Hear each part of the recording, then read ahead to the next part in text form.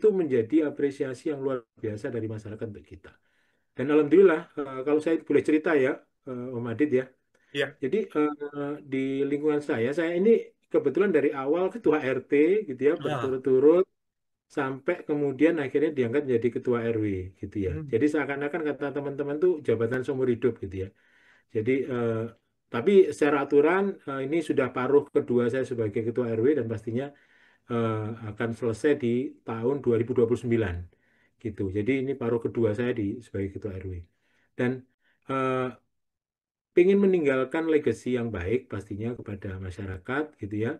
Dan hal ini adalah sesuatu yang wajib bagi saya. Hingga kalau tadi berbicara mengenai ketua RW sampai ketua RT sampai ketua RW, alhamdulillah lingkungan di tempat saya gitu ya, alhamdulillah sekali gitu, itu lingkungan yang kalau di benchmark ke teman-teman di lingkungan sekitar itu adalah lingkungan yang mungkin bisa dikatakan aktif dan terukur gitu ya. Kami ini memiliki kurang lebih daripada 11 cabur aktif, cabang olahraga aktif yang dikelola di lingkungan, DKM juga aktif, kerukunan keagamaan yang lain juga aktif gitu ya.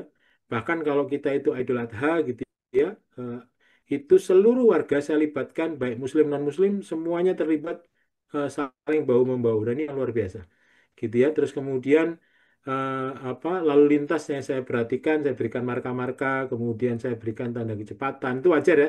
Tapi marka ini yang biasanya tidak kita temukan tuh, marka-marka dan lain-lain itu yang kita lakukan. Dan yang menarik juga otomatis terkait dengan ketegasan gitu di dalam mengelola terkait dengan kepatuhan hal yang harus dilakukan oleh warga. Dan di dalam hal tersebut kami mendahului yaitu membuat aturan-aturan, buku aturan yang sudah kami sosialisasikan gitu ya kepada seluruh warga sehingga warga bisa melihat dan mematuhi. Bahkan saya tidak segan-segan untuk menegur, bahkan menghentikan gitu ya, sebuah kegiatan yang melanggar kesepakatan di dalam buku aturan. Jadi semisal kita bersepakat tuh Sabtu itu masih diizinkan untuk melakukan kegiatan pembangunan fisik rumah atau apapun renovasi. Kami masih izinkan.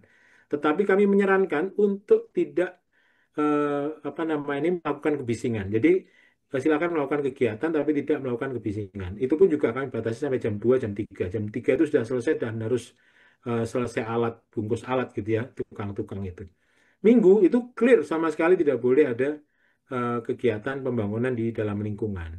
Dan pernah ada satu masa, ada satu kejadian di mana laporan warga ternyata ada warga yang membangun tidak mematuhi aturan di hari Minggu, ada yang pakai bor, pakai ini yang kebisingan jalan ya.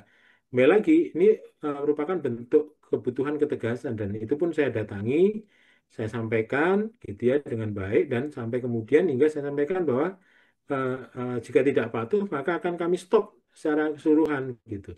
Dan fakta yang terjadi pernah terjadi saya balik kanan, balik ke rumah itu masih lanjut gitu. Fakta yang terjadi itu sampai akhirnya saya datengin kembali lagi saya lakukan sita alat. Jadi karena itu kepatuhan ya, sita alat saya taruh di pos security gitu.